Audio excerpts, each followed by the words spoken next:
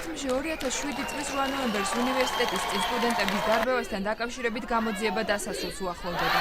წლების წინ უმაღლესი სასწავლებლის წინ განვითარებულ მოვლენებს უკავშირდება შინაგან საქმეთა სამინისტროს აჭარის სამმართველოს ყოფილი უფროსის დავით ბედიას მოღვაწეობა.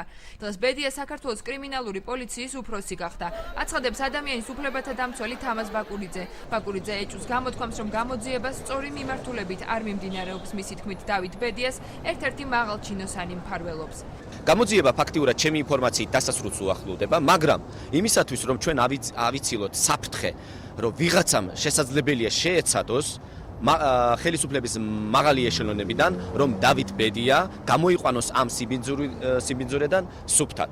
ეს რომ არ მოხდეს, ამისათვის ჩვენ ხვალ ღიად დავაფიქსირებთ USAID-ში ბრიფინგზე, თუ ვინ არის დაინტერესებული და ვინ აფარებს ხელს დავით ბედიას.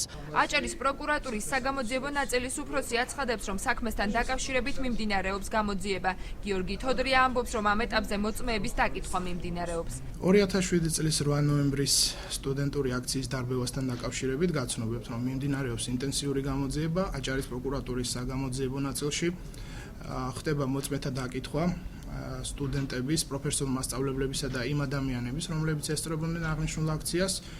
შესაბამისად, უახლოეს მომავალში მიღებული იქნება შემაჯამებელი გადაწყვეტილება აღნიშნულ ფაქტთან დაკავშირებით.